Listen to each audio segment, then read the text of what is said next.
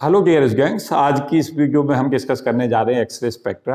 तो x ray spectrum analysis समझाएंगे, इसमें कंटिन्यूअस और कैरेक्टरिस्टिक एक्सरे का ओरिजिन भी समझेंगे और उसके साथ साथ मॉड्यूलर लॉ के एप्लीकेशंस, डुएन हंटे रूल, उसके एप्लीकेशंस और जो इसका एनालिसिस है पूरा, जो सिंपल एक्सरे फॉर्मेशन कैसा होता है उसे डिस्कस करूंगा। एब्जॉर्प्शन और एमिशन स्पेक्ट्रा के बारे में डिस्कस करने वाला हूँ और fine structure, super fine structure का भी हिंट दूंगा कि कैसे है इसकी फाइन स्ट्रक्चर को एक्सप्लेन किया जाए। साथ साथ सिलेक्शन रूल भी डिस्कस होगा, तो काफ़ी महत्वपूर्ण और काफ़ी इंपॉर्टेंट टॉपिक है। बताना चाहूँगा कि जो पहला नोबेल प्राइज आया फिजिक्स में 1901 का, वो रॉन्गजन को था और रॉन्गजन ने डिस्कवरी की थी एक्सरेज की। तो बेसिकली जो एक्सरे की डिस्कवरी का क्रेडिट जाता है वो रॉन्गजन को जाता है, इसलिए कई बार एक्सरे को हम रॉन्गजन रेज भी कहते हैं। तो इन डायग्रामों को जाने से पहले मैं बताना चाहूँगा कि हमारे पास कंटिन्यूअस और कैरेक्टरिस्टिक एक्सरेज कैसे फॉर्म होती हैं। फिजिक्स क्या कहती है? फिजिक्स ये कहती है कि अगर कोई चार्ज पार्टिकल एक्सलेट होता है या डी एक्सलेट होता है तो दोनों ही केसों के अंदर वो एनर्जी रेडिएट करता है। और कब तक एनर्जी रेडिएट करता है, कब तक इलेक्ट्रोमैग्नेटिक रेडिएशन इमिट करता है? जब तक वो एक्सलेट होता रहेगा। और मुझे यकीन है कि आपको ये चीज़ आइडिया रहा होगा कि यही कंसेप्ट था जिससे रदरफोर्ड एटॉमिक मॉडल फेल हुआ, क्योंकि रदरफोर्ड का यही कहना था कि इलेक्ट्रॉन न्यूक्लियस के चारों तरफ रिवॉल्व करता है सर्कुलर ऑर्बिट में। तो रदरफोर्ड के साथ समस्या ये आ गई कि वो बेसिकली सेंट्रीपिटल एक्सलेशन के अधीन मोशन होती है, और चार्ज पार्टिकल सेंट्रीपिटल एक्सलेशन रखे तो पता चला accelerated charge particle energy radiate करेगा। जैसे ही एनर्जी रेडिएट करेगा तो उसकी रेडियस कॉन्ट्रैक्ट होती जाएगी और न्यूक्लियस के अंदर ड्रॉप हो जाएगा। तो स्टेबिलिटी समझा नहीं सके। यहाँ इसकी फिजिक्स क्या है उसको समझो, कैसे एक्सरे का फॉर्मेशन होता है। एक्सरे का फॉर्मेशन ओरिजिनली होता ही नहीं है, आप कराते हो। कराते कैसे हो? कराने का तरीका इसका यह होता है कि हम क्या करें, इलेक्ट्रॉन को एक्सलेट करें और एक मेटेलिक टारगेट लें और मेटेलिक टारगेट पे इलेक्ट्रॉन को एक्सलेट करके उस पर इम्पोज करते हैं। और एक वर्ड्स यूज किया जाता है कि जो इलेक्ट्रॉन आए वो ट्रेमेंडस वेलोसिटी से आए, मीन्स उसकी काइनेटिक एनर्जी अच्छी खासी हो। वो भी मैं बताऊंगा कि कितनी हो। बेसिकली 3 से 4 कंसेप्ट तो ऐसे हैं जिस पर प्रॉब्लम आती है, तो मैं बताऊंगा वो न्यूमेरिकल क्वेश्चंस किन फॉर्मूले पे आते हैं। वो मेरा कंसेप्ट बाद में चलेगा कि क्वेश्चन यहाँ से क्या आता है, लेकिन अब मैं बताना चाहूँगा फिजिक्स कैसे डेवलप होती है इसकी। तो कंटिन्यूअस एक्सरे में क्या चलता है कि कंटिन्यूअस एक्सरे का फॉर्मेशन होता है कि जब इलेक्ट्रॉन ट्रेमेंडस वेलोसिटी से एक्सलेट करा दिया जाता है, और इलेक्ट्रॉन को एक्सलेट कराना सदा आसान होता है जब हम इलेक्ट्रिक फील्ड से एक्सलेट कराएं, क्योंकि मैग्नेटिक फील्ड क्या करता है कि मैग्नेटिक फील्ड उसको एक्सलेट कर ही नहीं सकता, क्योंकि मैग्नेटिक फील्ड केवल डायरेक्शन चेंज करता है। लॉरेंज फोर्स केवल जो हमारा लॉरेंज फोर्स हम जो कहते हैं वो इलेक्ट्रिक और मैग्नेटिक फोर्स के सम को कहते हैं, लेकिन लॉरेंज फोर्स जब हम मैग्नेटिक के संदर्भ में कह रहे होते हैं तो मैग्नेटिक फील्ड के साथ साथ इलेक्ट्रॉन केवल डायरेक्शन को चेंज कर रहा होता है। तो आप एक्सलेट कराएं इसे इलेक्ट्रॉन को किसकी हेल्प से? पोटेंशियल डिफरेंस अप्लाई करके। और प्लेट होती हैं जिन प्लेटों के थ्रू पास होता है। जैसे हम कोई चार्ज पार्टिकल लें और उस चार्ज पार्टिकल को हम ये पोटेंशियल डिफरेंस, यहाँ पे ये प्लेट हमारी सपोज किया पॉजिटिव पोटेंशियल रखती है, ये हमारी नेगेटिव पोटेंशियल रखती है, यहाँ हमारा इलेक्ट्रॉन है और इधर की तरफ को गया, इनके बीच अगर पोटेंशियल डिफरेंस भी अप्लाई हो रहा है तो इलेक्ट्रॉन एक नेगेटिव चार्ज पार्टिकल है, इधर से इधर जाएगा तो एनर्जी एक्वायर कर लेगा E into V. E into V, क्योंकि फॉर्मूला ये कहता है कि kinetic energy acquired by a charge which have the strength Q and if it is accelerated through the potential difference of V, then it acquires the kinetic energy QV। यहाँ electron का charge E है, potential difference V apply किया है, तो kinetic energy acquire की इसने EV। अब electron के पास एनर्जी है क्या? EV है। और ये जैसे ही जाके टकराएगा मेटेलिक टारगेट पे, आप सिंगल इलेक्ट्रॉन कभी ना लें, बीम ऑफ इलेक्ट्रॉन। क्या आप एक्सरे फॉर्मेशन करने लगे और आपने कहा एक इलेक्ट्रॉन को डाल दिया, तो आप फिजिक्स नहीं जानते। वजह कि एक इलेक्ट्रॉन हमें एक्सरे का एक तो एक्सरे सिंगल नहीं चाहिए, बीम चाहिए एक्सरे का। और उसमें भी क्या है कि आपका इलेक्ट्रॉन गया कहीं बीच के स्पेस से निकल गया और कुछ भी हमें ऑब्टेन नहीं हुआ। एक पॉसिबिलिटी सदा यही बनी रहेगी। तो बीम डालें। बीम डालने में क्या होगा कि ये चार्ज पार्टिकल कौन, इलेक्ट्रॉन, जो ट्रेमेंडस वेलोसिटी से था, तुमने कहा इसकी काइनेटिक एनर्जी बढ़ाना चाहते हैं सर, बढ़ा लो, पोटेंशियल डिफरेंस ज्यादा अप्लाई करो। तो एक्सरे ट्यूब के ऊपर जो हमारी जहां से एक्सरे का फॉर्मेशन होता है उसमें पोटेंशियल डिफरेंस हम चेंज करते हैं। अब हमें बाद में ये पता चलेगा कि पोटेंशियल डिफरेंस ही है जो तय करेगा कि कितनी वेवलेंथ का फोटोन चाहते हो निकालना। अब क्या होगा, ये इलेक्ट्रॉन जो गया, ये सपोज किया मेटल टारगेट हमारा यहाँ है, इसके अंदर बहुत सारे एटम्स भरे हुए हैं, यहाँ गया और ये बीम ऑफ इलेक्ट्रॉन, क्योंकि एक इलेक्ट्रॉन नहीं है, बीम ऑफ इलेक्ट्रॉन है, ये जाके यहाँ टकराए।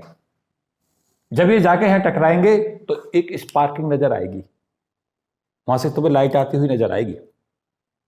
वजह कि जब ये जाके टकराएंगे तो टकराते ही ये डीएक्सलेट होंगे, अपनी एनर्जी किसको लॉस करेंगे, जिससे टकराएंगे। जब ये टकराएंगे और डीएक्सलेट होंगे तो फिजिक्स ये कहती है चाहे चार्ज पार्टिकल एक्सलेट हो चाहे डीएक्सलेट हो, दोनों समय रेडिएशन एमिट करता है, क्योंकि पावर जो एमिट होती है वो फॉर्मूला जो होता है हमारा ए स्क्वायर पर निर्भर करता है। जो पावर एमिट होती है रेडिएशन में वो ए स्क्वायर पर निर्भर करता है। तो फिजिक्स ये कहती है कि चार्ज पार्टिकल चाहे एक्सलेट हो जाए चाहे डीएक्सलेट हो जाए, दोनों में ही रेडिएशन एमिट करता है। एक्सलेटेड चार्ज पार्टिकल अगर उसका एक्सेलरेशन ए है, या डीएक्सलेटेड चार्ज पार्टिकल जो इसका एक्सेलरेशन माइनस ए है, अगर तुम स्क्वायर में जाओगे तो फिजिक्स की भाषा में दोनों का मतलब सेम ही होगा। What does it means? It means when A charge particle is accelerated और डीएक्सेलरेटेड इन बोथ द सर्कमस्टेंसेस, क्या होगा, photons is emitted, energy electromagnetic form में मिलेगी, वो फोटोन है। अब ज्यादा से ज्यादा क्या हो सकता है? ज्यादा से ज्यादा यह है कि दुनिया में कोई मैकेनिज्म ऐसी पैदा ना हुई कि जो स्वतः एनर्जी क्रिएट कर रही हो। फॉर्म एनर्जी की ट्रांसफॉर्म होती है वन फॉर्म से दूसरी फॉर्म में। इसके पास एनर्जी थी, चार्ज पार्टिकल इलेक्ट्रॉन के पास में E/V। क्या कर सकता है? अपनी पूरी की पूरी एनर्जी को, ज्यादा से ज्यादा क्या हो सकता है, या तो इसे टुकड़ों में खोए, क्या हो, पहले जाके टकराए और पूरी की पूरी अपनी एनर्जी को ट्रांसफर ना कर पाए उस कॉलिजन में, या ज्यादा से ज्यादा क्या कर सकता है, पूरी की पूरी एनर्जी जो इसके पास थी वो ट्रांसफॉर्म हो जाए फोटोनिक फॉर्म में। उससे ज्यादा कुछ नहीं हो सकता, या तो पूरी होगी या कम हो, या उससे कम होगी, उससे ज्यादा नहीं हो सकती। समझो बात। क्या हुआ कि जैसे ही मेटल टारगेट से जाके टकराएगा, कौन, बीम ऑफ इलेक्ट्रॉन, कहां से पैदा किया गया, बीम ऑफ इलेक्ट्रॉन का सोर्स होगा जहां से बीम ऑफ इलेक्ट्रॉन निकलेगा। अब वो सोर्स, उसका ओरिजिनेटर अलग होगा जो इलेक्ट्रॉन के बीम को पैदा कर सके। अब उस इलेक्ट्रॉन बीम हमारे पास आ गया तो ऐसा नहीं है कि इलेक्ट्रॉन बीम हमारा सीधा सीधा डाल दिया तुमने किसी भी काइनेटिक एनर्जी से और तुमने सोचा अब एक्सरे का फॉर्मेशन होगा। नहीं होगा। उसके लिए आपको क्या करना पड़ेगा, उस इलेक्ट्रॉन को काइनेटिक एनर्जी प्रोवाइड करनी पड़ेगी जिससे अच्छी खासी काइनेटिक एनर्जी से वो हो और एक्सलेटेड इतना ज्यादा कर दो कि उसकी वेलोसिटी खूब सारी हो। अब वो जाके जब मेटल टारगेट से टकराएगा तो मेटल टारगेट से टकराने के बाद अपनी एनर्जी को लॉस करेगा, और जब भी चार्ज पार्टिकल टकराएगा तो डीएक्सलेट होगा। डीएक्सलेटिंग चार्ज पार्टिकल फोटोन निकालता है, और ये जो फोटोन निकलते हैं यही एक्सरे होती हैं। अब इस फोटोन में ज्यादा से ज्यादा क्या हो सकता है कि जितनी इसके पास एनर्जी थी वो पूरी की पूरी फोटोनिक फॉर्म में मिल जाए। इसके पास एनर्जी कितनी थी इलेक्ट्रॉन पे, EV, और वो पूरी की पूरी फोटोन को मिल गई EV। तो अगर पूरी की पूरी मिल गई तो इसका मतलब हुआ उस समय पे जो फोटोन होगा उसकी एनर्जी सबसे ज्यादा होगी, या उससे कम एनर्जी के तो मिलेंगे, ज्यादा के नहीं मिल सकते, उससे कम कम के मिलेंगे। बात नहीं समझ पाए? जो मिलेंगे, अगर म्यू मैक्सिमम हम ले रहे हैं, इसमें हमने क्या कह दिया, ये कह दिया पूरी की पूरी काइनेटिक एनर्जी फोटोन की एनर्जी फॉर्म में कन्वर्ट हो रही है, जितनी है उससे ज्यादा तो मिल नहीं सकती, या तो इससे कम एनर्जी के मिलेंगे या मैक्सिमम इतनी के मिलेंगे, इससे कम के तो मिलेंगे। वो कम के ऐसे मिलेंगे जो पूरी की पूरी एनर्जी ट्रांसफॉर्म नहीं हुई, थोड़ी कम हुई, तो उनकी एनर्जी फोटोनों की कम होगी इससे। और जब हमारा म्यू मैक्सिमम हो जाएगा तो ये हमारा सी अपॉन लैम्डा मिनिमम हो जाएगा, क्योंकि म्यू का फॉर्मूला होता है सी अपॉन लैम्डा। ये फ्रीक्वेंसी, ये wavelength, C velocity of light. तो यहां से लैम्डा पता चल गया, मिनिमम कितना आ गया, एस सी अपॉन ईवी। बड़ा फॉर्मूला, इसको कहते हैं डू एंड हंट फॉर्मूला।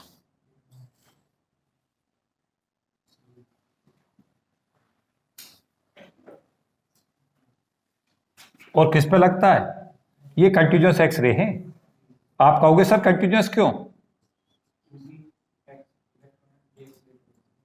सारे इलेक्ट्रॉन डीएक्सलेट होते रहते हैं तो किसी भी वेवलेंथ के फोटोन मिलते रहते हैं, एक पर्टिकुलर वेवलेंथ के नहीं मिलते।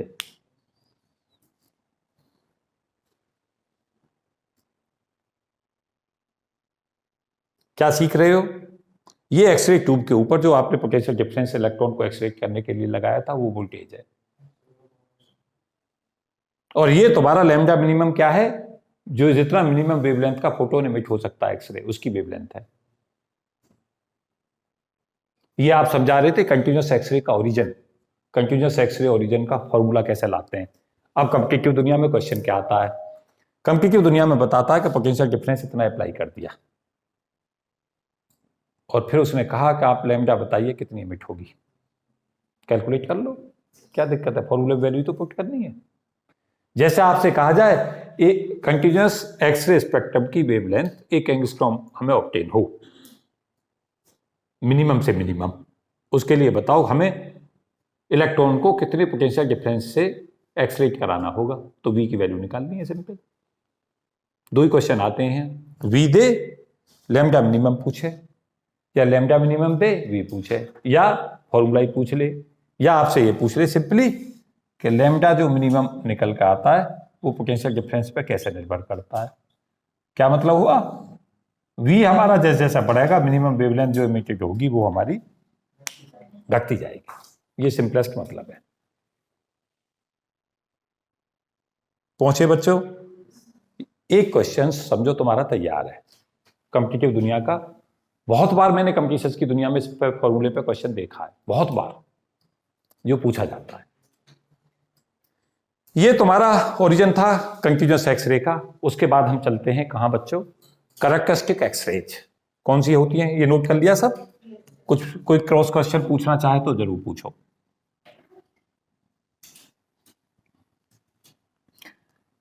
कैरेक्टरिस्टिक एक्सरे कहां से आती हैं, ध्यान दो मेरी बात है। कंटिन्यूअस एक्सरेज और कैरेक्टरिस्टिक एक्सरेज में अगर मुझसे पूछा जाए कि सर मूलभूत अंतर बताइए, बेसिक डिफरेंस क्या है, तो आई विल रिप्लाई, क्या होगा मेरा जवाब होगा कि कंटिन्यूअस एक्सरे का ओरिजिन है जब कोई इलेक्ट्रॉन एक्सलेट होकर किसी मेटेलिक टारगेट से टकराएगा और डी एक्सलेट होगा, वो ओरिजिन है उसका। बात समझ नहीं आई। अब तुम्हारा दूसरा ओरिजिन समझना है तुम्हें। अब चलेगा तुम्हारा कैरेक्टरिस्टिक एक्सरेज। कंटिन्यूअस एक्सरेज में जिसके ऊपर तुमने टकराया था, किसके ऊपर, जो तुम्हारा मेटल टारगेट था, मेटल्स के ऊपर डाल रहे हो, जो मेटल टारगेट था उससे कुछ लेना देना नहीं था, मेटल टारगेट की किसी भी प्रॉपर्टी पर निर्भर नहीं करता। अब दूसरी चीज कहां से आ गई, अब आएगा कि जो वेवलेंथ इमिट होती है वो मेटल टारगेट की कैरेक्टरिस्टिक पर निर्भर करती है। मेटल टारगेट का मतलब किस पर डाल रहे हो। तो कैरेक्टरिस्टिक एक्सरे का ओरिजिन्स और कंटिन्यूअस एक्सरे का ओरिजिन टोटली डिफरेंट है। देखिए एक्सरे दोनों केस में करोगे,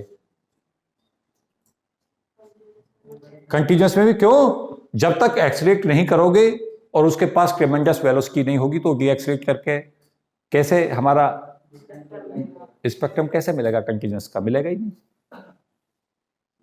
और इसमें भी क्या करोगे, अब दूसरी केस समझना शुरू करो कि हम एटम के स्ट्रक्चर पर जाए। पहले क्या है, अब मैं किधर आना चाह रहा हूं, देखो तीन चीज तुम्हें सीखनी है। मुझसे पूछोगे सर तीन चीज क्या सीखनी है इसमें, सबसे पहले सीखनी थी कंटिन्यूअस एक्सरेज कैसे ओरिजिनेट होती है, उसका फॉर्मूला क्या होता है।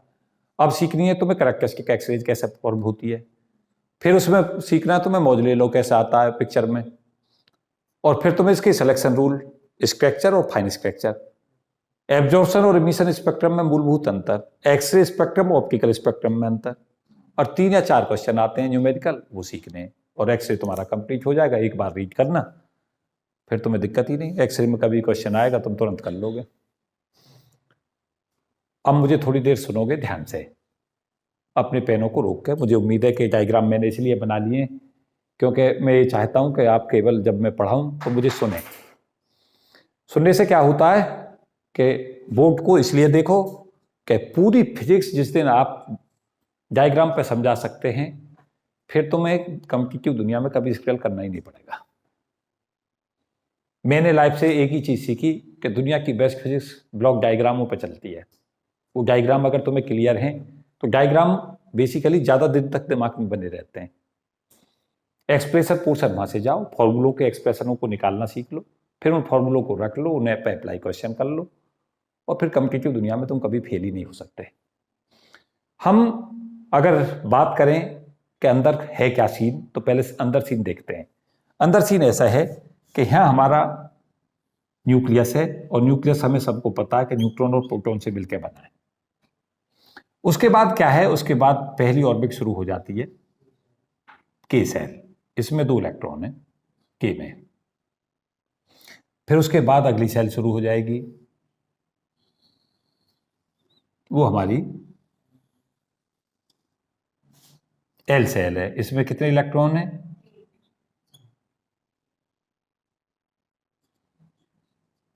पहले मैं तुम्हें ये भी बता दूं कि ऐसे कोई ब्लॉक डायग्राम खींचे नहीं होते, ये तुम समझाने के लिए यूज कर रहे होते हैं। क्या हुआ, के सेल के अंदर 2 इलेक्ट्रॉन है,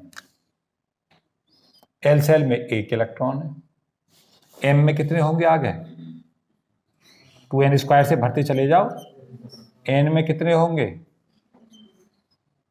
ऐसे बढ़ते रहो। अभी आप पेनों को फिर नहीं लगाएंगे, पेन नहीं सुने, पहले मुझे सुने क्या कहना चाह रहा हूं। K shell, L shell, M shell, N shell, O shell ऐसे रहती हैं। क्या पता चला, सबसे ज्यादा बंधा हुआ इलेक्ट्रॉन ये है। यहां से इलेक्ट्रॉन को निकालना दुनिया का सबसे मुश्किल काम है।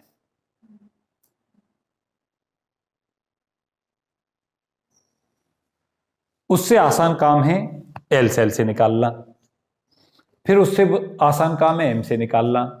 आप कहोगे सर क्यों, तो मैं कहूंगा जितनी दूर होता चला जाएगा इलेक्ट्रॉन न्यूक्लियस से, उस पर इतना ही इलेक्ट्रोस्टैटिक फोर्स कम हो जाएगा, और इलेक्ट्रोस्टैटिक फोर्स कम होने से क्या होगा, उस इलेक्ट्रॉन को वहां से उसकी पोजीशन को चेंज करना इजी होगा। एक्सरे में किससे करा रहे हो पोजीशन चेंज, इलेक्ट्रॉन के इंटरेक्शन से करा रहे हो। तुम इलेक्ट्रॉन को डाल रहे हो जिसकी ट्रिमेंडस काइनेटिक एनर्जी है, उससे बदलना चाहते हो। तो मैं सबसे पहले बताऊंगा कि एब्जॉर्प्शन स्पेक्ट्रम इसका मुश्किल मिलना क्यों है, क्यों मुश्किल है। इसका मुश्किल इस तरीका से है कि आपने क्या किया, एक इलेक्ट्रॉन के ऊपर फोटोन डालने शुरू किए। या तो आप इस तरीका से कर सकते हैं, या आप दूसरी तरीका से क्या कर सकते हैं, इलेक्ट्रॉन डालने शुरू करो। देखो, इस इलेक्ट्रॉन को हटाना, इस इलेक्ट्रॉन को हटाना किसकी हेल्प से है, तो मैं कहूंगा 2 तरीका से आसान है। एक किससे है, बीम ऑफ इलेक्ट्रॉन को डालो। पहले ध्यान दो मेरी बात, फिजिक्स से बात करते हैं। फिजिक्स से बात देखो कैसे होती है। क्या हम एक्सरे का फॉर्मेशन करना चाहते हैं, और एक्सरे फॉर्मेशन तब होगा कि कंटिन्यूअस तो हमारे लिए जी है।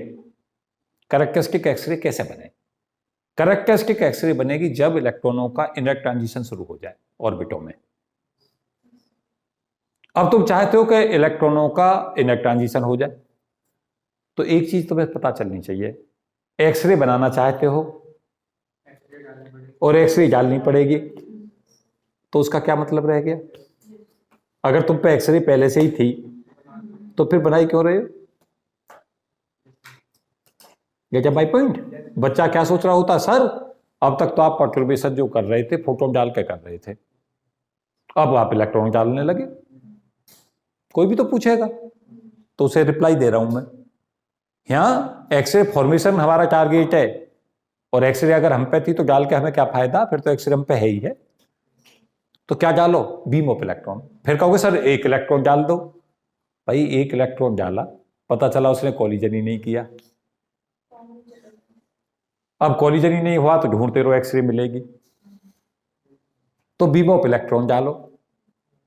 तुम्हें जब तुम खुद बात करोगे ना, तो तुम्हें खुद ये पता चलने लगेगा कि हमारे पास सीमित विकल्प होते हैं। अगर आप इस चीज को समझ रहे हो तो पूरे जीवन में इलेक्ट्रॉन डालने की बात नहीं करोगे, बीम ऑफ इलेक्ट्रॉन की बात करोगे। कभी एक्सरे नहीं डालोगे इसके फॉर्मेशन करने को, क्योंकि मैं ही वो शख्स था जिसने कहा था कि परटर्बेशन इलेक्ट्रॉन का फोटोन से सबसे आसानी से होता है। यहां मैंने अपनी बात बदल दी, क्योंकि यहां ऑब्जेक्ट ही बदल गया। बात नहीं समझे? ऑब्जेक्ट जैसे ही बदलता है तो अपनी बात बदलनी पड़ती है। क्यों? अब हमारा पर्पज ही एक्सरे बनाना है। अब हमने क्या किया, एब्जॉर्प्शन स्पेक्ट्रा क्यों मुश्किल है, इमिशन क्यों आसान है, उसे सुनो। तुम कहते हो सर हम ऐसा करते हैं, के सेल से इलेक्ट्रॉन को निकालते हैं, के सेल से निकालते हैं। के सेल से तुम इस इलेक्ट्रॉन को निकालना चाहते हो तो कितनी एनर्जी सप्लाई करनी पड़ेगी, एल तक की। एल पहले से ही फील्ड है, तो एल सेल खुद ही मना कर देगी, हमें इलेक्ट्रॉन की जरूरत ही नहीं, क्योंकि उसका स्ट्रक्चर कंप्लीट है।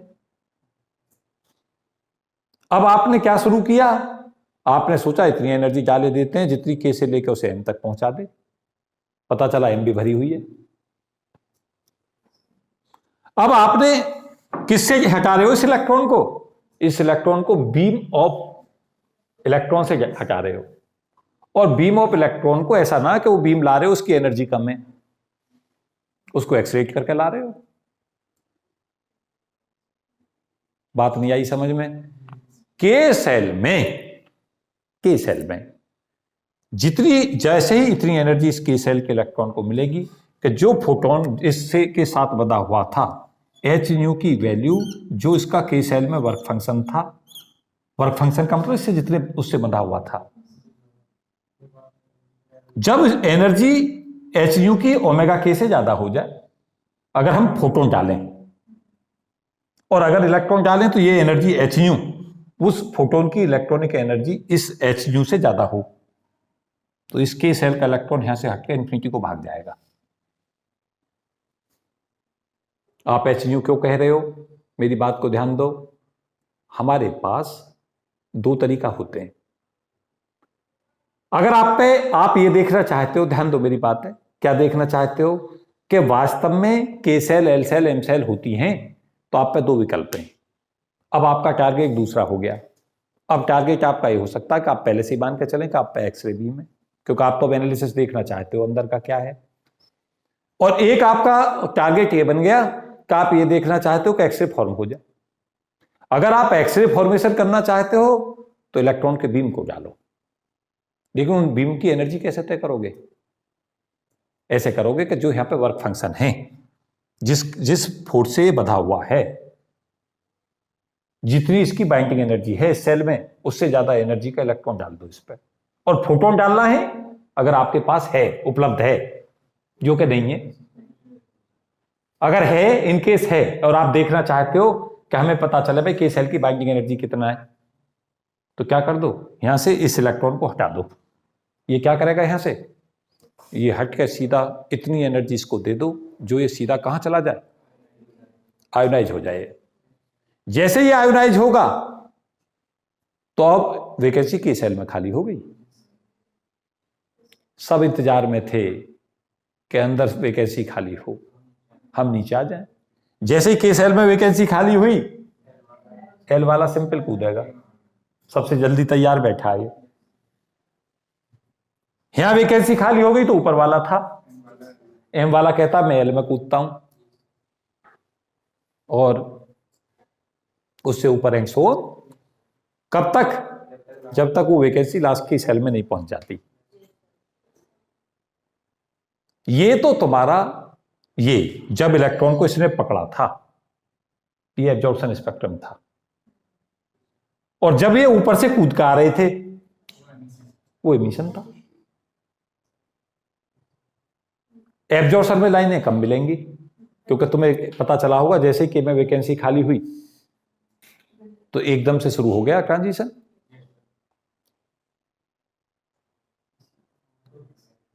अब तुम यहां क्या सीख रहे हो, यहां तुम कहां तक पहुंचोगे इसको भी सीखो। ये सब सीखते ही चलना है। सीखने का नाम फिजिक्स है, और क्या, जितना सीख सको सीखो। क्या हुआ, हम जैसे ही एब्जॉर्प्शन कराना चाहते हैं, पता चला यहां जहां एल सेल में इलेक्ट्रॉन थे, यहां एब्जॉर्प्शन। ध्यान देना मेरी बात है, इस यहां पे एक मैंने डायग्राम, यहां पे कुछ और भी चीज कही है। यहां जो काइनेटिक एनर्जी के इलेक्ट्रॉन डाले थे, मैं फिर से तुम्हें दूसरी तरफ ले जाता हूं। एनालिसिस करना चाहते हो तो आपके पास दो विकल्प हैं। या तो आप पहले से ही मान के चलो कि आप पे एक्सरे है, या ये मान के चलो कि आप पे इलेक्ट्रॉन का बीम है या एक्सरे बीम है।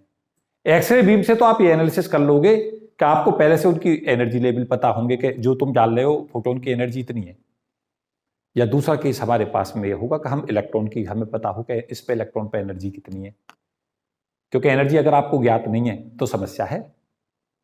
आपको पता चला कि ये जितने हमारे पास में एनर्जी लेवल हैं के सेल में एब्जॉर्प्शन हुआ एक पर्टिकुलर फोटोन के बीम का, जहां एनर्जी हो गई। और यहां पे सबसे ज्यादा एनर्जी की रिक्वायरमेंट है अगर एब्जॉर्प्शन कराना चाहते हो, क्योंकि यहीं से इलेक्ट्रॉन को हटाना सबसे मुश्किल था, क्योंकि सबसे ज्यादा बधा हुआ यही था। ये एनर्जी लेवल अगर तुम समझ रहे हो तो ये हमने यहां दिखाया है।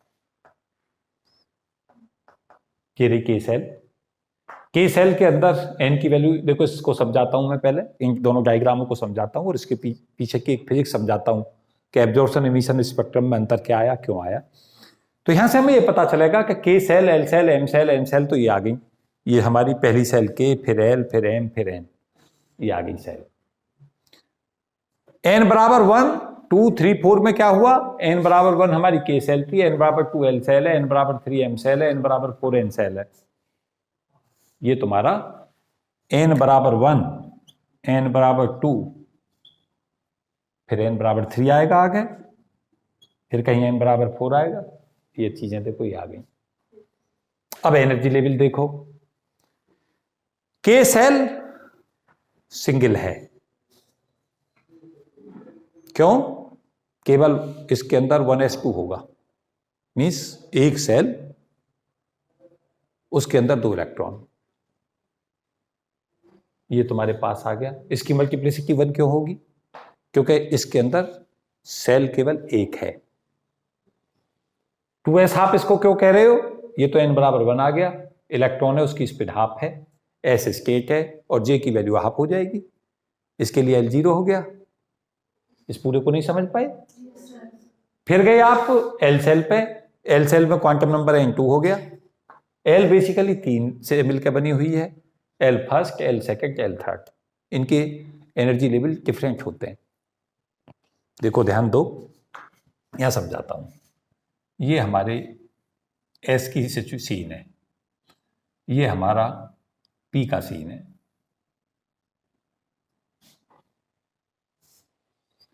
P में 6 इलेक्ट्रॉन होते हैं, तो पहले इलेक्ट्रॉन कैसे जाते हैं P में, पैरेलल जाते हैं। इनकी, ध्यान दो मेरी बात है, इनकी अगर एनर्जी की बात करो तो इसकी एनर्जी कम होगी, इसकी एनर्जी और बढ़ गई, इसकी एनर्जी और बढ़ गई। इसका मतलब क्या हुआ, जो हमारी पी सेल होती है, सेल पूरी की पूरी जो बनती है वो 3 पार्ट्स में बटी पी, इसकी एनर्जी, और जब यहां तक भरे गए अब एनर्जी बढ़ गई, क्योंकि बढ़ते एनर्जी क्रम में ही तो जा रही है। फिर इसकी और ज्यादा हो गई तो एनर्जी बढ़ते हुए ऑर्डर में जा रही है। यहां से अगर आप देख रहे हो इस डायग्राम पे, तो ये के था, फिर एल आई। एल में क्या हुआ, यहां से देखो एल में हम कैसे लेके चल रहे हैं। एल बेसिकली 3 पार्टों में है, L first, L second, L third, देखो ये दिखा रखी है हमने। उसके बाद इसकी मल्टीप्लिसिटी 3 है, 1, 2, 3। जितने इसके पार्ट्स हो गए उतनी उसकी मल्टीप्लिसिटी हो गई।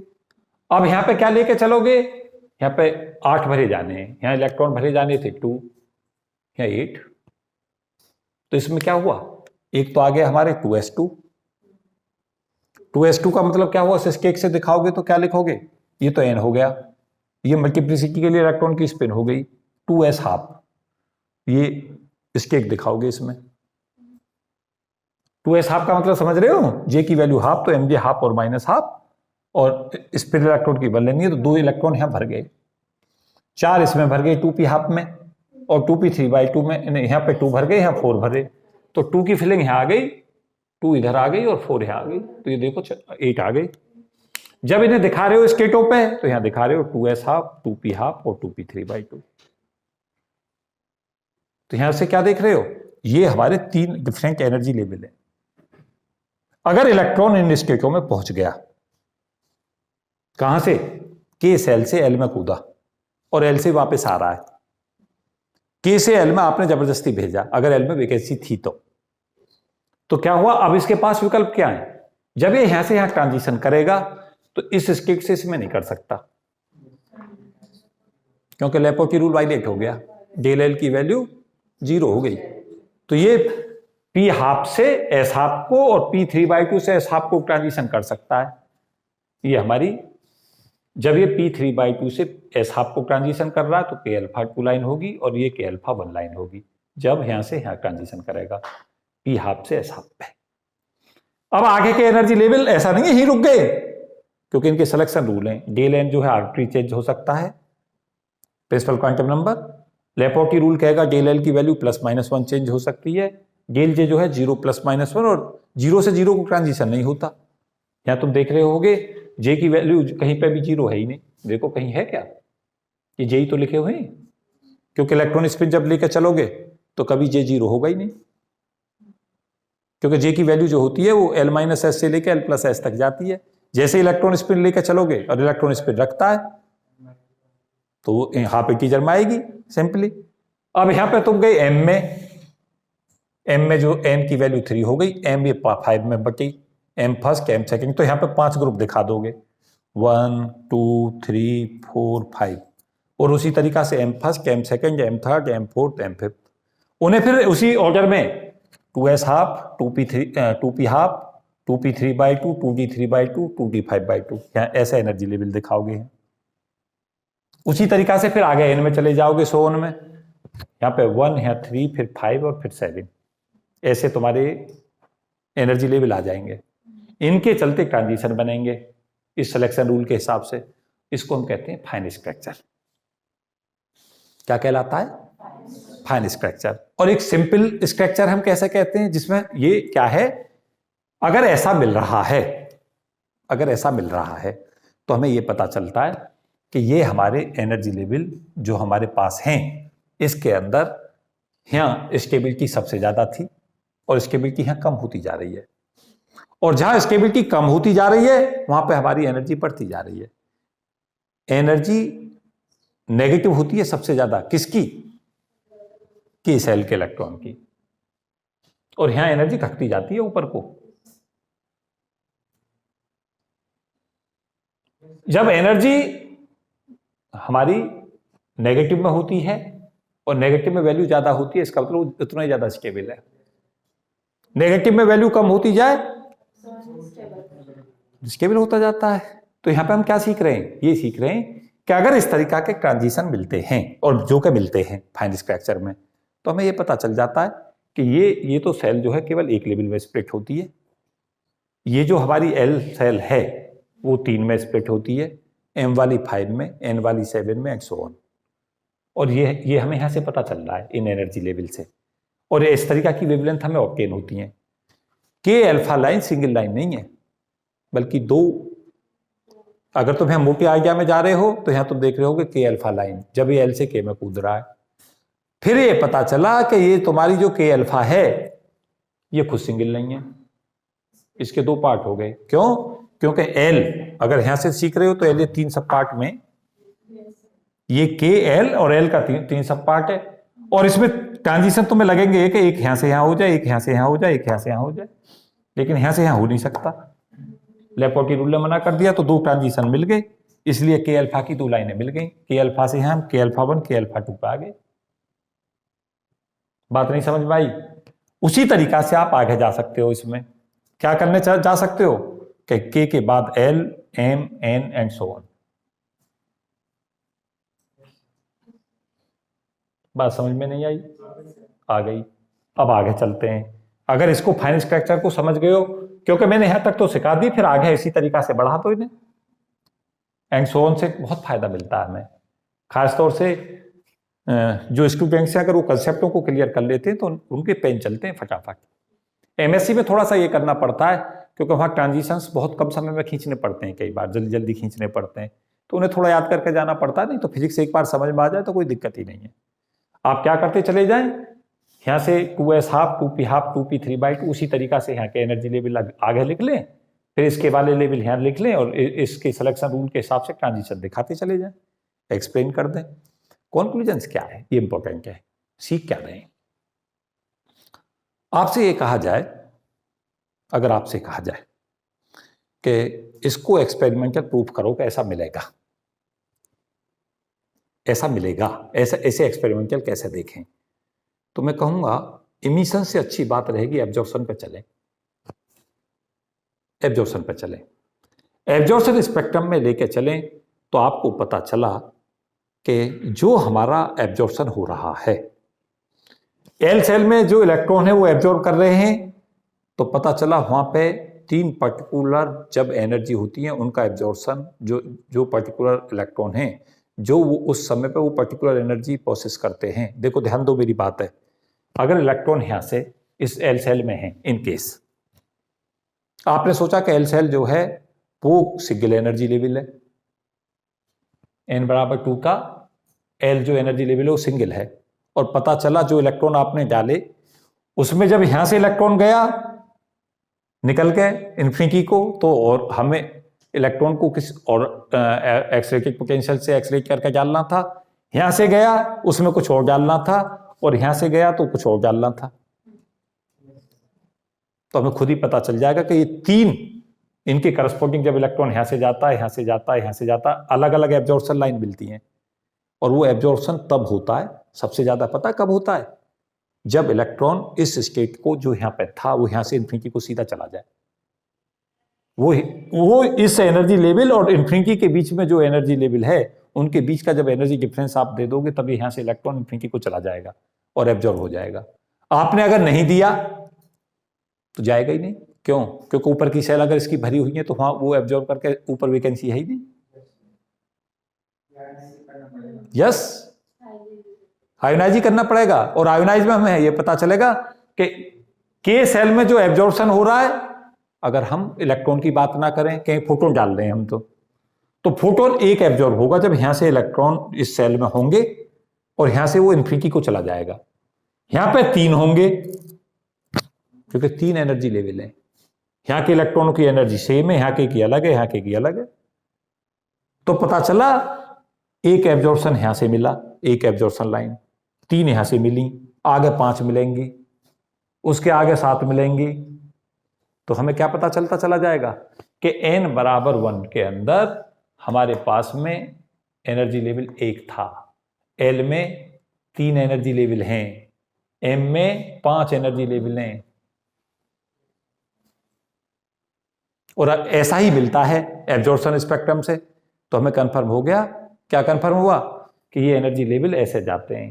एल सेल अपने आप में एक नहीं है बल्कि 3 सब स्टेटों से मिलकर बनी हुई है ये स्टेट। सीखे नहीं सीखे, यही तो सिखाने को बैठा था मैं। और ट्रांजिशंस में कुछ है ही नहीं, ट्रांजिशंस में तो सीधा के यहां से इलेक्ट्रॉन के में खाली कर दिया।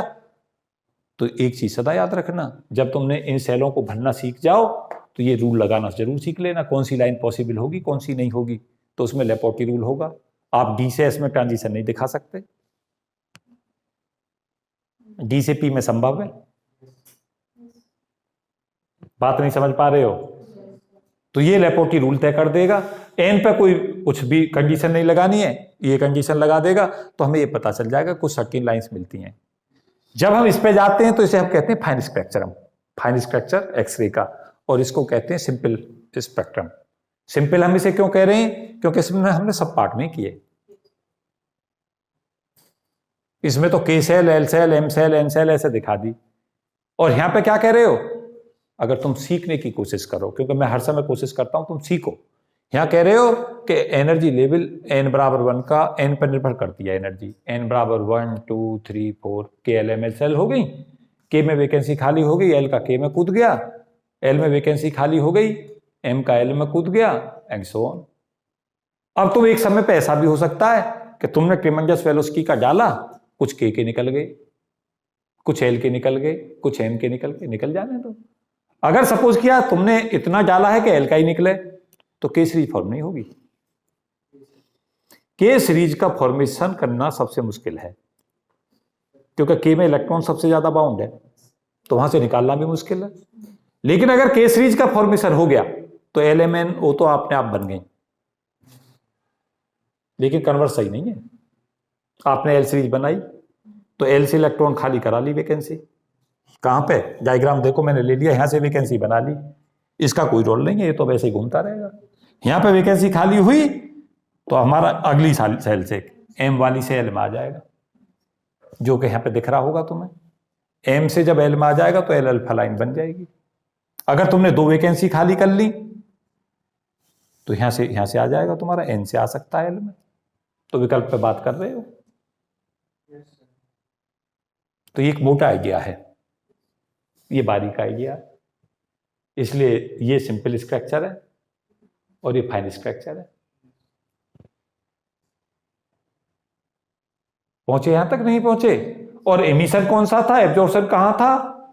एब्जॉर्प्शन तब था जब इलेक्ट्रॉन इस स्टेट से या तो फोटोन को या इलेक्ट्रॉन को एब्जॉर्ब करता है, उसकी एनर्जी को लेता है और इन्फिनिटी को चला जाता है।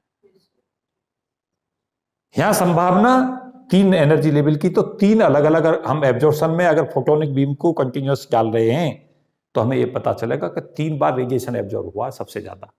कब हुआ है? जब यहां से इलेक्ट्रॉन इन्फिनिटी को गया है, एक, जब यहां से इलेक्ट्रॉन इन्फिनिटी को गया है, थर्ड जब यहां से गया है। तो ये 3 पर्टिकुलर वेवलेंथ को एब्जॉर्ब करेगा, या उन वेवलेंथों के करस्पॉन्डिंग इलेक्ट्रॉन की जब एनर्जी उसके इक्विवेलेंट हो जाएगी तब एब्जॉर्ब करेगा, नहीं तो नहीं करेगा। कब नहीं करेगा? जब ऊपर की स्टेट भरी हुई होंगी। तो अब आपसे क्वेश्चन जैसे क्या आता है, आईएएस मेंस में लिखने को आता है कि एब्जॉर्प्शन और इमिशन में डिफरेंस समझाइए, तो आप इनको समझाइए जो चीज मैं बता रहा हूं। और क्या कंक्लूजन है? के सेल केवल एक है, एल सेल के अंदर 3 सब एनर्जी लेवल है, एम के अंदर 5 सब एनर्जी लेवल है, एन के अंदर 7 एनर्जी लेवल है,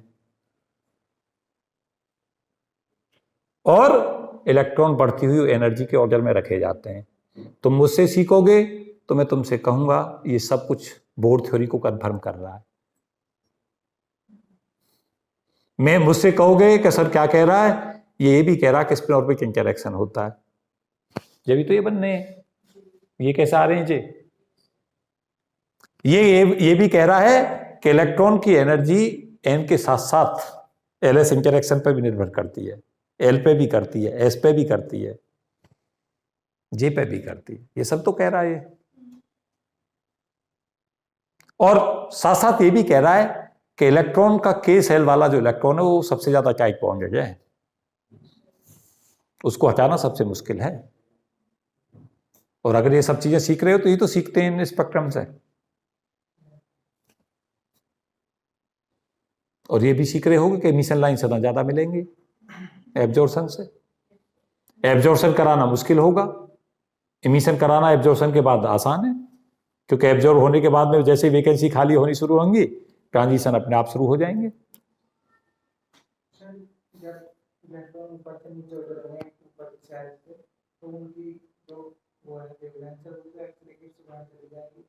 किसके? बेसिकली क्या होता है कि जो तुम्हें लग रहा है ना अल्ट्रावायलेट और उसमें आ जाएगी, उसका रीजन ये होता है कि जेड का भी एक रोल होता है, हाई जेड पे लेते हैं। एक्सरे स्पेक्ट्रा कभी भी हाइड्रोजन में मत ले बैठना। तुमने सोचा एक्सरे बनाने को चलेंगे और हाइड्रोजन से बना देंगे, फिर तुम फिजिक्स ही नहीं सीखे। एक बात बताओ, तुम चाहते हो K shell, L shell, M shell, N series तक मिल जाए हमें, तो बड़े साइज का नहीं रखोगे? जब ये सेल भरी हुई नहीं होंगी तो कहां से मिल जाएगा, कहां से मिलेंगी सीरीज? प्लेटिनम यूज करते हो। जब तुम ध्यान दो मेटल टारगेट को जब ऑप्ट करते हो तो क्या क्या चीजें ध्यान रखते हो? मेटल टारगेट को ध्यान करते समय पे दो चीजें तीन चीजें ध्यान रखते हो। एक, उसका मेल्टिंग पॉइंट ज्यादा हो। तुमने पता चला इलेक्ट्रॉन डाल दिए ट्रेमेंडस वेलोसिटी से और पता चला ट्रेमेंडस वेलोसिटी से जल गए और मेल्ट ही हो गई, तो सारा पर्पज ही खत्म हो गया। उसके बाद ये कोई एटॉमिक नंबर उसका ज्यादा हो, हाई जेड क्यों हो? क्योंकि सारी सीरीज तभी तो अपीयर करेंगे। छोटे साइज का रख लिया तो कैसे मिलेंगी सारी सीरीज? और अगर तुम ऐसे जा रहे हो तो सही दिशा में जा रहे हो। एब्जॉर्प्शन एमिशन समझ आया, स्पेक्ट्रम एनालिसिस इसका। अब हमारा क्या चलेगा, दो तीन चीज और सीखो। आनंद आ रहा, मुझे तो पता ना तुम्हें कैसा लग रहा है, टॉपिक बढ़िया है।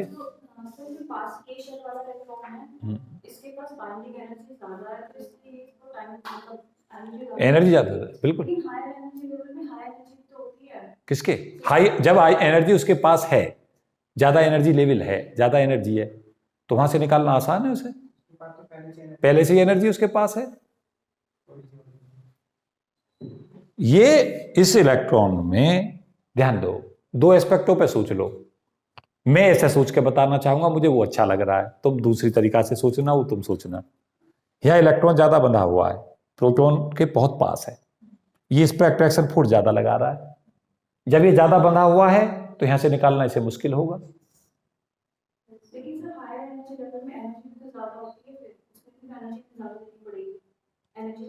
एनर्जी ज्यादा है तो उसे तो आसानी से निकाल सकते हो जिस पर एनर्जी ज्यादा है। एनर्जी तो जितनी ज्यादा होती है उतना अनस्टेबल होता है सिस्टम। बाइंडिंग एनर्जी क्योंकि माइनस में होती है ना, तो स्टेबलाइज करती है। जब बाइंडिंग एनर्जी की बात करोगे तो माइनस में कहते हैं, तुम स्टेबिलिटी बता रहे हो कि सबसे ज्यादा स्टेबल है ये, इसको हटाना सबसे मुश्किल है, इसको आसान है। जब तुम एनर्जी से कहना चाहते हो, अब दोनों में से एक तरीका से तो कहो, बाइंडिंग एनर्जी माइनस में। जब तुम एनर्जी की बात करोगे तो ये कहोगे कि ये एनर्जी यहां से बढ़ती जा रही है इलेक्ट्रॉन की। जब एनर्जी बढ़ती जा रही है तो जिसपे एनर्जी जो है स्टेबलाइज करती है सिस्टम को, तो इसकी स्टेबिलिटी सबसे ज्यादा, इसकी उसके बाद, फिर उसकी स्टेबिलिटी इधर की तरफ को जो घटती जा रही है, सबसे ज्यादा स्टेबल ये है। तो दोनों में से कैसे ही कह लो, मतलब एक ही आएगा। मतलब फर्क नहीं पड़ता, तरीका बदल जाता है कहने का। हाँ जी, पहुंच गए। तो एक चीज है तुम्हें और बतानी है, और एक न्यूमेरिकल क्वेश्चन बताऊंगा। सिलेक्शन रूल इसका करा ही दिया। मुझे बस एक बात तुम बोलते चले जाओ, एक्सरे स्पेक्ट्रम में और एक ऑप्टिकल स्पेक्ट्रम में, उनमें क्या अंतर होता है? कितने टाइम हो गया मेरी वीडियो चलते हुए? बस अभी तो चलेगी आराम से, कोई दिक्कत।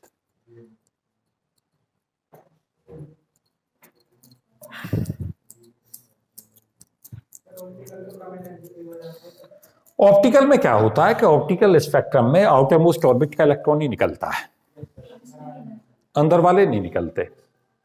इसमें इनर सेल से चलता है। इसमें क्या होता है कि वहां ऑप्टिकल स्पेक्ट्रा बहुत तेजी से चेंज होता है। ऑप्टिकल स्पेक्ट्रा इसलिए जल्दी से चेंज होता है, ध्यान दो, मैं थोड़ा सा अंदर डिस्कशन दे रहा था, उसको सुन लो एक बार थोड़ा सा। मैं एक बहुत ही महत्वपूर्ण चीज तो मैं समझाना चाह रहा हूं, उसको सुन लो और समझ भी लो। ऑप्टिकल स्पेक्ट्रम का सबसे बड़ा अंतर जो होता है वो ये होता है कि ऑप्टिकल स्पेक्ट्रम में आउटर मोस्ट ऑर्बिट का इलेक्ट्रॉन ही रेडिएशन एब्जॉर्ब करके ऊपर जाता है। जैसे हम हाइड्रोजन में देखें तो Lyman barber Paschen bracket form series बनती है, तो n बराबर 1 से इलेक्ट्रॉन 2 में 3 में 4 में ऐसा पहुंचता है, वो वापस लौटता है। अब आपने केवल हाइड्रोजन से हीलियम पे गए तो स्ट्रक्चर ड्रास्टिकली चेंज हो गया। तो मुझसे पूछोगे सर कैसे बदल गया? वहां तो एक ही इलेक्ट्रॉन को जाना था, अब क्लोज सेल बन गई। क्लोज सेल बनते ही एकदम से स्पेक्ट्रम चेंज हो गया, ऑर्थो हीलियम, पैरा हीलियम, और दो इलेक्ट्रॉनों का ट्रांजिशन में सिंगलेट स्टेट, ट्रिप्लेट स्टेट, तो कॉम्प्लेक्स हो गई चीजें। अब आप गए वहां पे एक चेंज करो एक्स स्पेक्ट्रम में, सपोज किया जेड बराबर 78 का हमने पहले एनालिसिस किया और उसे 79 में बदला। अंदर की सेल तो सारी ऐसी की ऐसी रहेंगी, ऊपर की सेल में एक इलेक्ट्रॉन का अंतर आया तो केवल एक तो प्रोटॉन बढ़ा, एक इलेक्ट्रॉन बढ़ा, तो बहुत बड़ा ड्रास्टिकली बदलाव नहीं आएगा, बहुत माइनर सा चेंज आएगा। यहां पे तो बहुत बड़ा चेंज है। तो क्या होता है कि जब हमारे बड़े साइज के होते हैं और उसमें जेड की वैल्यू एक चेंज होती है, घटती बढ़ती है, तो इस जो स्ट्रक्चर चेंज है वो बड़ा नहीं होता। लेकिन जब हम ऑप्टिकल स्पेक्ट्रम में लाके चलते हैं तो बहुत बड़ा चेंज नजर आता है कि एक इलेक्ट्रॉन से 2 इलेक्ट्रॉन होने पे ही हाइड्रोजन से हीलियम बात में पता चलता है कितना बड़ा चेंज आ जाता है। दूसरा क्या होता है कि एक्सरे स्पेक्ट्रम की जो वेवलेंथ होती है वो बहुत कम होती है, 1 एंगस्ट्रॉम नियरली 100, 1 से 100 के बीच में जनरली होती है। हार्ड और सॉफ्ट एक्सरेज होती है, बिल्कुल सही। हार्ड और सॉफ्ट एक्सरेज में यही है कि जिनकी एनर्जी कम हो, एक्सरे तो हो लेकिन एनर्जी कम हो, सॉफ्ट होती हैं।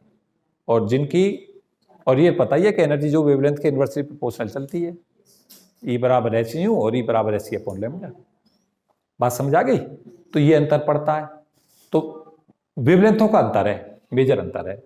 ये तो मैं बता ही रहा हूं बार बार के इनर ट्रांजिशन होता है, वहां पे स्पेक्ट्रम जो होता है वो स्लोली स्टेजली चेंज होता है एक्सरे स्पेक्ट्रम में, या ड्रास्टिकली चेंज होता है। किसमें? ऑप्टिकल स्पेक्ट्रम में। यहाँ वेवलेंथ कम होती है, वहां ज्यादा होती है। किसमें? ऑप्टिकल में। तो ये मूलभूत अंतर जरूर पता रखो, इंटरव्यू में पूछता है ऐसी सब बातें कि भाई इनमें अंतर बताइए क्या होता है। कहेगा एक्सरे पैदा करनी है, क्या हाइड्रोजन से पैदा कर लेंगे? बहुत सारे कह देंगे कर लेंगे जी, करना मत पैदा, साइज बड़ा रखो। तो ये सब बातें पता रखो। अब इसमें क्वेश्चंस देखो, एक आता है इसमें मोजले लॉ।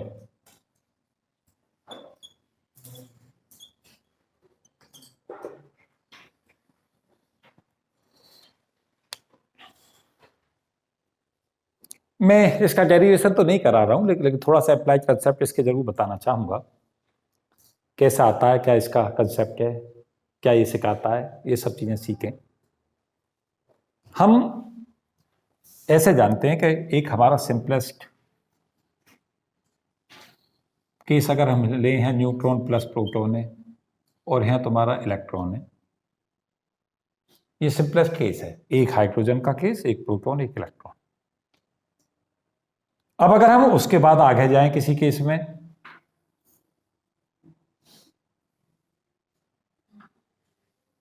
तो पता चला यहां से जो सेल है इसमें 2 इलेक्ट्रॉन, इसमें 1 इलेक्ट्रॉन, इसमें 1 इलेक्ट्रॉन, ऐसे चलते हैं।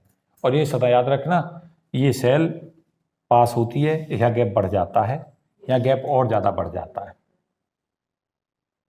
Gate my point? जैसे जैसे हमारे एनर्जी लेवल जो निकल के चलते हैं उनमें गैप शुरू में वाइड और बाद में नैरो होता रहता है।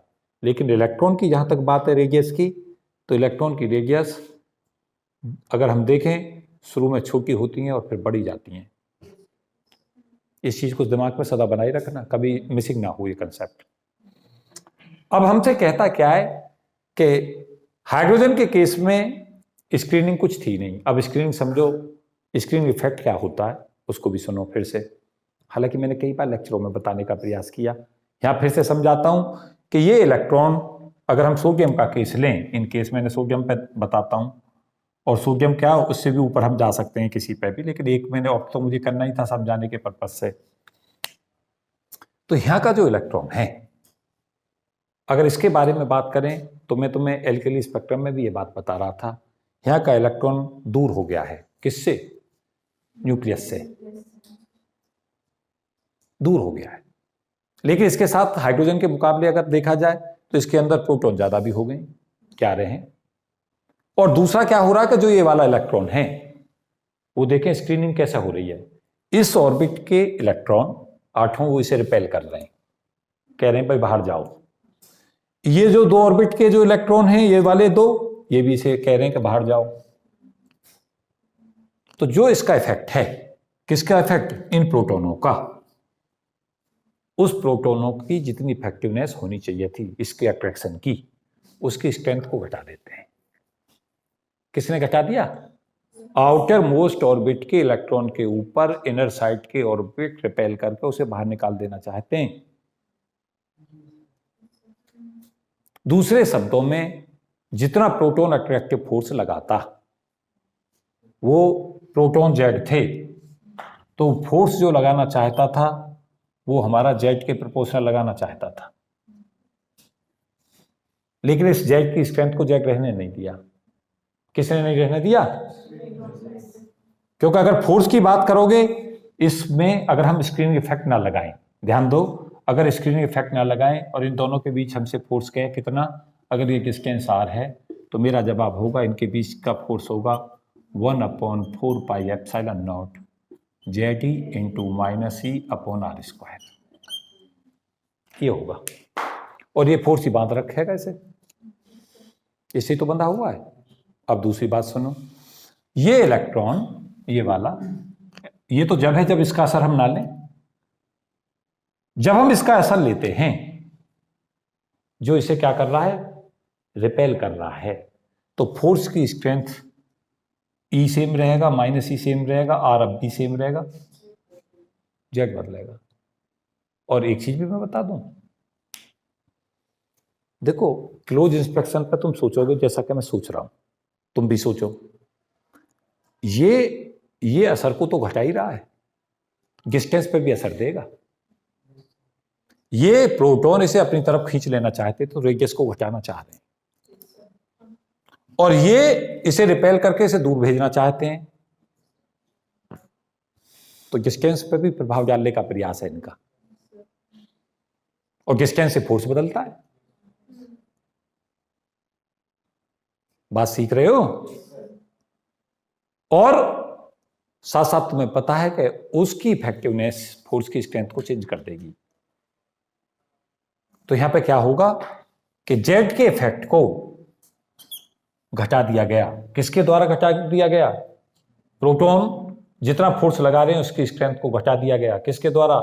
इलेक्ट्रॉनों के द्वारा, जो इनर सेल में भरे हुए थे इसके अंदर की क्लोज सेलों में, उन्होंने इसे रिपेल किया, तो इफेक्टिवनेस जेड की जगह जेड माइनस सिग्मा हो गई, और ये सिग्मा कहलाता है स्क्रीनिंग कांस्टेंट।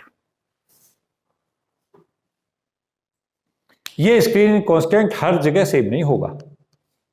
तुम मुझसे कहोगे सर हर जगह सेम क्यों नहीं होगा? हर जगह इसलिए सेम नहीं होगा कि जितना ऊपर की सेल चली जाएंगी उसमें अंदर सेलों में इलेक्ट्रॉन उतने ज्यादा भरते जाएंगे, तो वो ज्यादा स्क्रीन करेंगे। स्क्रीन इफेक्ट सबसे कम इस पे लगेगा, क्योंकि अब इसका ही असर पड़ेगा इस पे, इधर वाले पे अब इन दोनों का असर भी पड़ने लगा।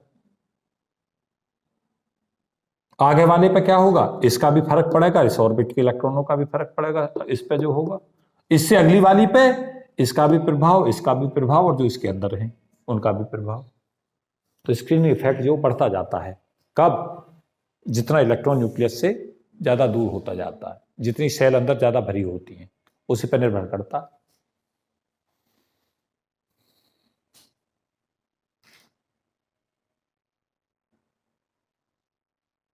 मैं मोजले लॉ को मैथमेटिकल डेरिवेशन पे नहीं जा रहा हूं, मैं इसके अप्लाइड प्रोस्पेक्ट्स पढ़ा रहा हूं तुम्हें।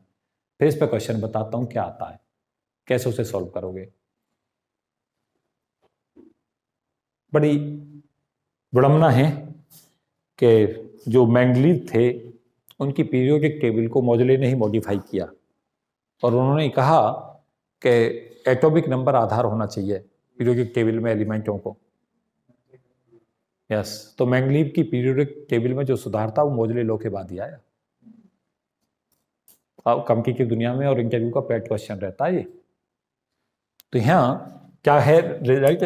जैसे हमारे पास में क्या है, 1/λ के फॉर्मूले होते हैं are Z square 1/n² minus 1/m²। ये मैंने बहुत बार डिस्कस किया हुआ है।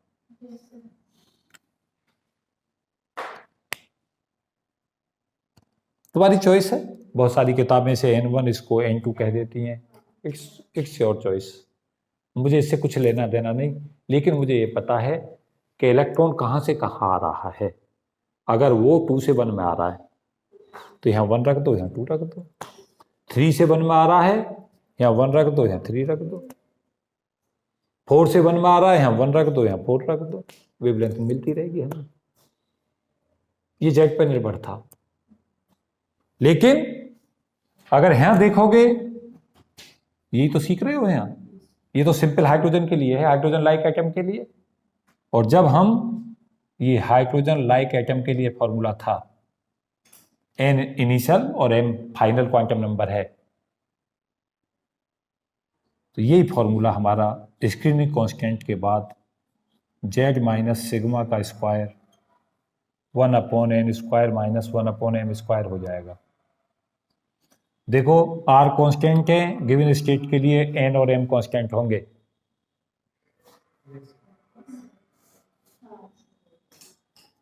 जब ये कांस्टेंट होंगे तो इन सबके कांस्टेंटों को a मान लो कुछ देर के लिए। a क्या मान लिया तुमने? a बराबर r 1/n square minus 1/m square मान लिया। n इनिशियल क्वांटम नंबर है और m हमारा फाइनल क्वांटम नंबर है। यहां से फॉर्मूला बन गया हमारा a z माइनस सिग्मा का स्क्वायर।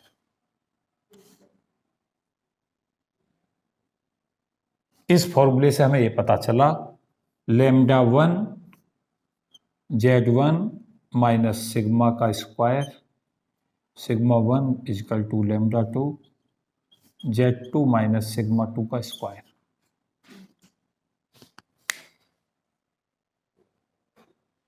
कई बार ये जो एलिमेंट z1 z2 के दे देते हैं, इनमें सिग्मा 1 को सिग्मा 2 बराबर सिग्मा ले लेते हैं, तो ये फॉर्मूला हमारा बन जाता है λ1 z1 माइनस सिग्मा का square equal to λ2 z2 minus sigma का स्क्वायर। इस पे क्वेश्चन आता रहता है।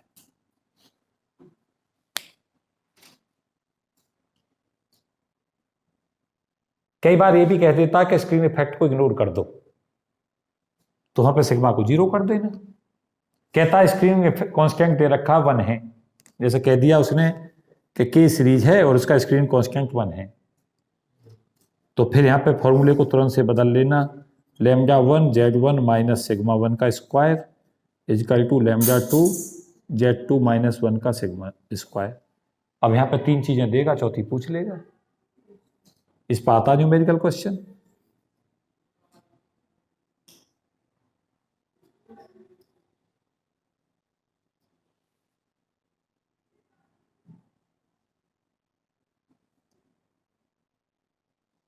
और जब आपने ये लिख लिया, इस फॉर्म में भी मॉड्यूलो लिखा जाता है। देखो 3 ही क्वेश्चन है इस पे, 3 या 4 क्वेश्चन जहां से कॉम्पिटिटिव दुनिया में क्वेश्चन आता है, इस फॉर्मूले पर आता है। अप्लाइड क्वेश्चन बहुत आता है। एक अप्लाइड क्वेश्चन आता है लैम्डा बराबर SC/EV पे। एक इसका सिलेक्शन रूल पूछा जाता है कॉम्पिटिटिव दुनिया में।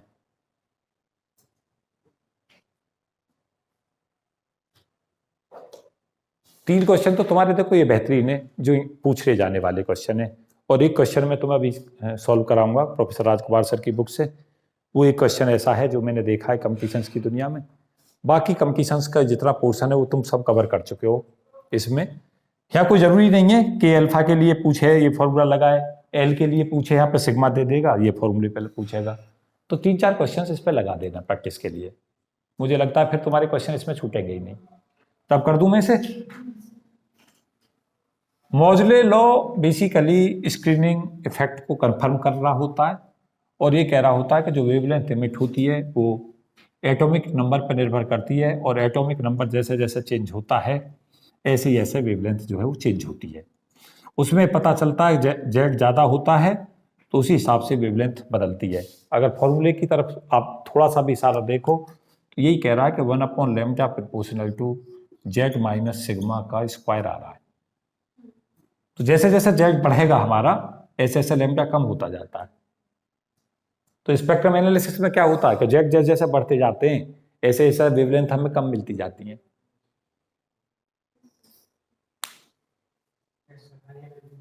यस, और हाई एनर्जी के बढ़ते ऑर्डर में ही बढ़े जाते हैं।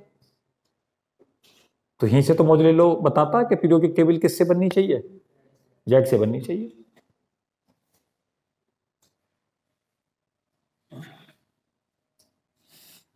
मैं साथ साथ तुम्हें इसके 4-5-6 जितने अप्लाइड क्वेश्चन है उन्हें भी बताए दे रहा हूं।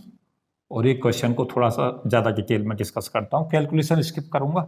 और कुछ क्वेश्चंस ऐसे हैं कि इनके 3-4 क्वेश्चन तो ऐसे हैं वही रिपीट होते हैं।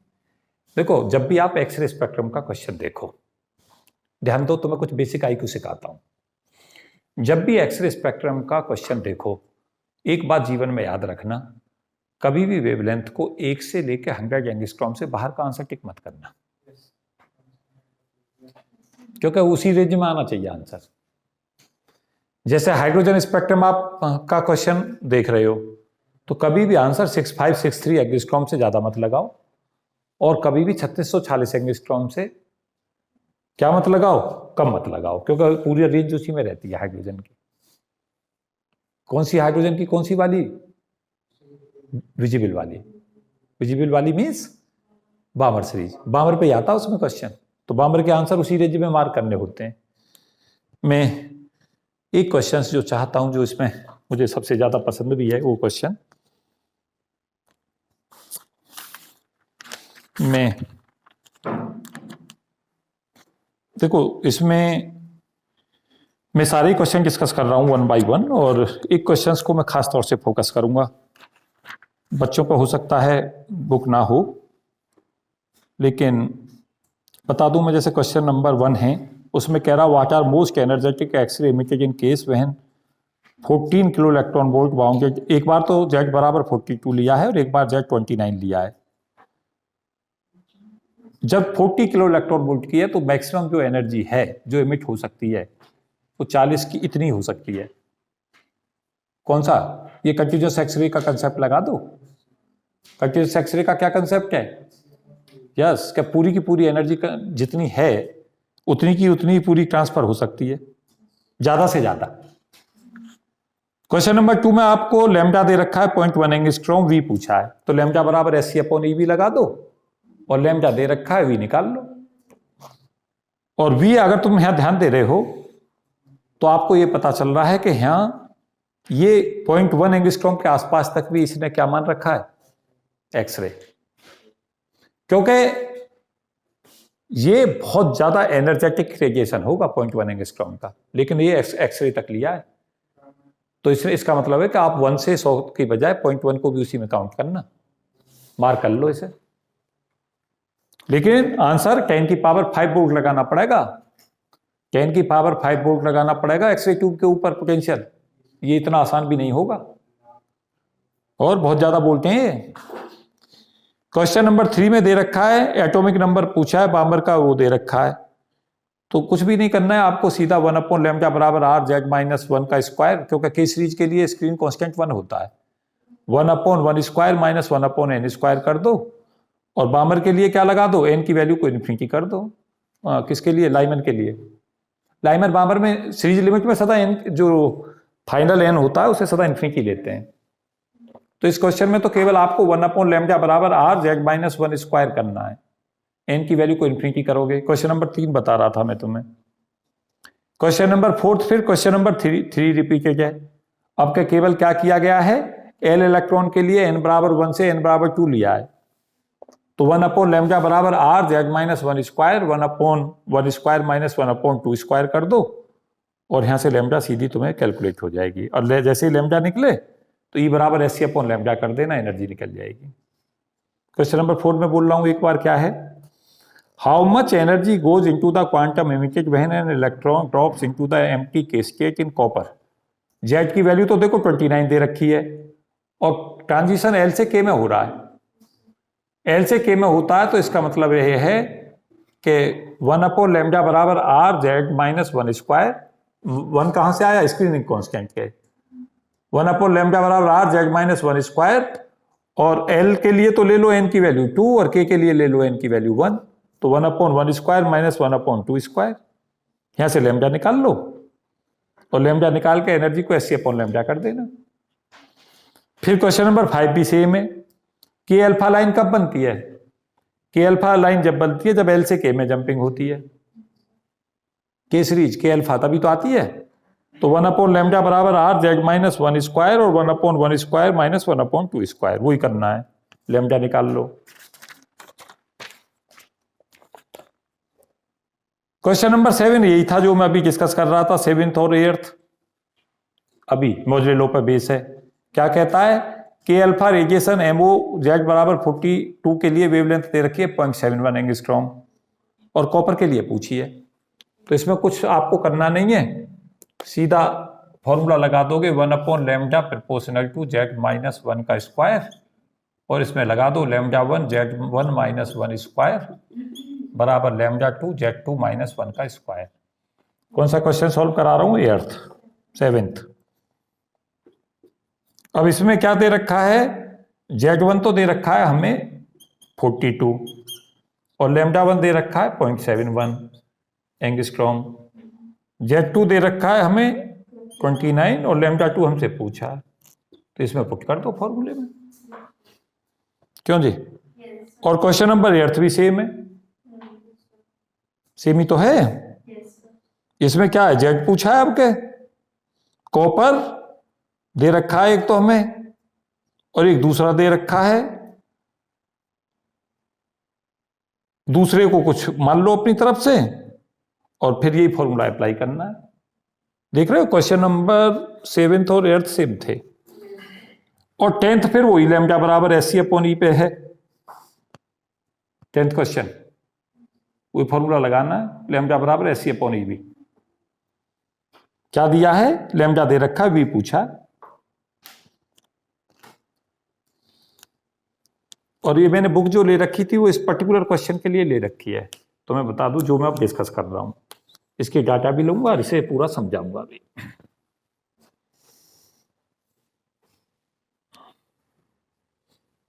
और आज के लेक्चर का सबसे इंपॉर्टेंट क्वेश्चन भी है ये,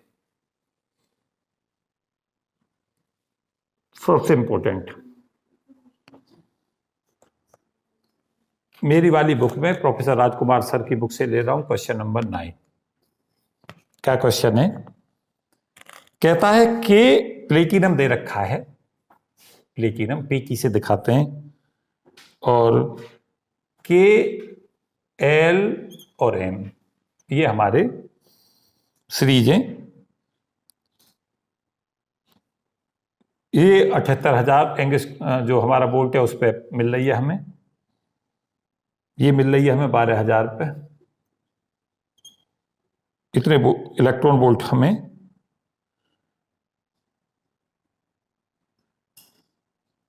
इतना वोल्ट लगाना पड़ेगा तभी तो इतनी एनर्जी एक्वायर करेगा इलेक्ट्रॉन। इतने वोल्ट हमने अप्लाई किए। क्या कह रहा है? आपको कैलकुलेट करा रहा है पेपर में के अल्फा एंड के बीटा, इनकी क्या पूछिए? वेवलेंथ।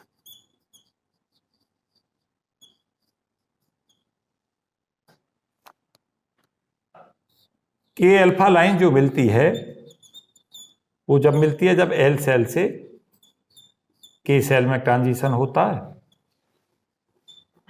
और के बीटा कब मिलती है? जब एम सेल से के सेल में होता है। और बस फिजिक्स पूरी इसकी, और कुछ है ही नहीं, ये सीखना, फिर आपको ज्यादा कुछ करना नहीं इसमें।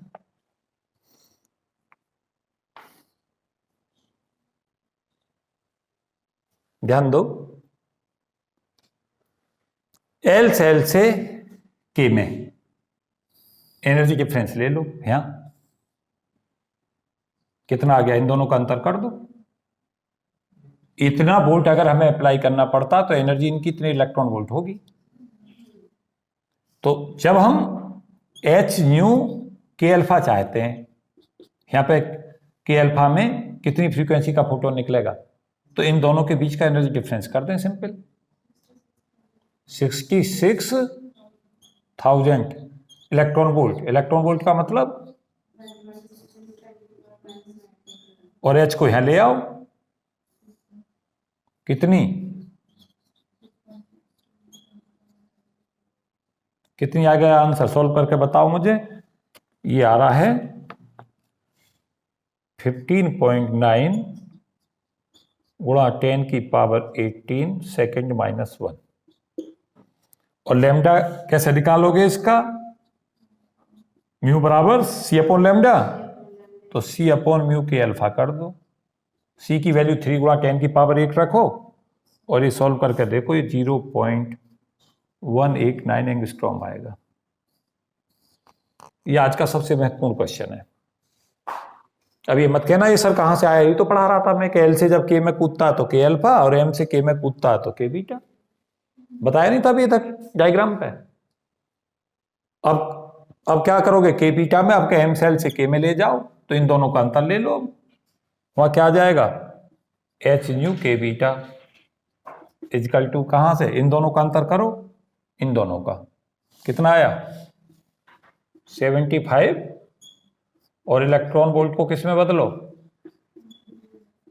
और यहां से ये 6.62 गुणा 10 की पावर -34 करो, सेकंड -1 तो आएगा ही, फ्रीक्वेंसी है तो कितना आ जाएगा, ये सॉल्व करके देखो। ये वैल्यू आएगी 18.1 into 10 to the power 18 second -1। और लेमडा के बीटा कैसे निकालोगे, C upon mu K beta, ये आ गया 0.166 एंगस्ट्रॉम।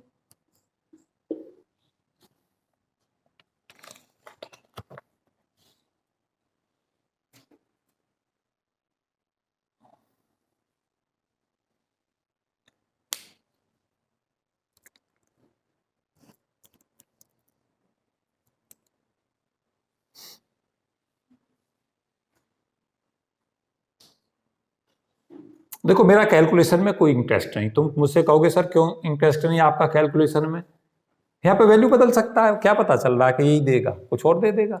आपको तो फिजिक्स सीखनी है, कैसे सॉल्व करते हैं। ऐसे समझो कि के सीरीज से आपने इलेक्ट्रॉन को हटाया, यह के थी सपोज किया और ये एल थी, तो के सीरीज को यहां से हटाने के लिए, इसे इन्फिनिटी पे ले जाने के लिए इतना हमें एनर्जी सप्लाई करनी पड़ी 78,000 इलेक्ट्रॉन वोल्ट। और यहां से अगर हटाना चाहते थे एल से तो इतनी चाहिए थी। अब इन दोनों यहां से यहां ट्रांजिशन अगर करेगा तो गैप कैसे निकालोगे, इन दोनों के बीच का एनर्जी डिफरेंस कर दो। अब भी नहीं समझ रहे बात। फिर आप गए आ गया एनर्जी लेवल पे, ये के था, ये एल था, ये एम था, यहां से हटाना आसान रहा, यहां केवल इतनी देनी पड़ी। अब यहां से हटाने के लिए तो 78,000 इलेक्ट्रॉन वोल्ट लगाना पड़ा, यहां से हटाने के लिए 3000 इलेक्ट्रॉन वोल्ट एनर्जी देनी पड़ी। तो इन दोनों के बीच का अंतर कैसे निकालोगे, इन दोनों का अंतर कर दो। ये तो तुम्हारी कौन सी सीरीज बनकर आ रही थी, के अल्फा, ये तुम्हारी कौन सी बन गई, कुछ है इसमें। और एक चीज तुम्हें पता चल रही होगी कि बीटा का एनर्जी गैप ज्यादा है, तो यहां पे जो वेवलेंथ है वो कम आएगी, तो कम दिख भी रही होगी हो, 0.166 एंगस्ट्रॉम है। और आंसर अब तो देख रहे होगे, जनरली 1 से 100 के बीच होता है, लेकिन आप इस रेंज में देख रहे होगे आंसर। यहां इस रेंज में आने, ये हमारी हार्ड एक्सरे है, ये हमारी सॉफ्ट है। सॉफ्ट उसको कहते हैं जिसकी एनर्जी कम होती है, हार्ड वो होती है जिसकी एनर्जी ज्यादा। इसकी वेवलेंथ कम है तो एनर्जी ज्यादा है। हाँ जी, अब तुम्हें पता क्या किया मैंने, नो क्वेश्चन थे इसमें, नो के नो क्वेश्चन बता दिए। तुम्हें सिलेक्शन रूल पढ़ा दिया, एब्जॉर्प्शन एमिशन स्पेक्ट्रा पढ़ा दिया, और एक्सरे मुझे उम्मीद है अब जाकर तुम पढ़ोगे तो 1-2 घंटे में तुम्हारा सारा रीड हो जाएगा, और इसे रीड करके सेट कर लो। खास खूबी यह है कि केवल 3 फॉर्मूलों पर पूरी की पूरी फिजिक्स हो जाती है इसकी खत्म। एक ये कंसेप्ट जो अभी मैं सिखा रहा हूं, एक लैम्डा बराबर SC अपॉन EV, एक कंसेप्ट ये, और तीसरा कंसेप्ट पता है कौन सा, लैम्डा 1 Z1 माइनस सिग्मा 1 का square, lambda 2 Z2 minus sigma 2 का स्क्वायर। और के सीरीज के लिए सदा याद रखना, सिग्मा बराबर सिग्मा 2 बराबर 1 लेते हैं। इन तीनों फॉर्मूलों से अलग मुझे बता दो, चौथा कुछ भी लगा भी हो तो। कुछ नहीं लगा इनसे अलग, यही 3 कंसेप्ट हैं जिन पे न्यूमेरिकल क्वेश्चन आते हैं। सिलेक्शन रूल तो मैं बता ही दिया मैंने, डेल्टा एन कुछ भी चेंज हो सकता है, डेल एल जो है +-1 बदलता है, डेल जे की वैल्यू 0 +-1 होती है। अब मुझे उम्मीद है कि एक्सरे में कुछ ऐसा बचेगा ही ना जिसे तुम पढ़ के आराम से ना समझ लो। ये तुम्हारी पूरी समीक्षा कर दी मैंने पूरे लेक्चर की। यही है 4 कंसेप्ट जिन पे क्वेश्चंस हैं।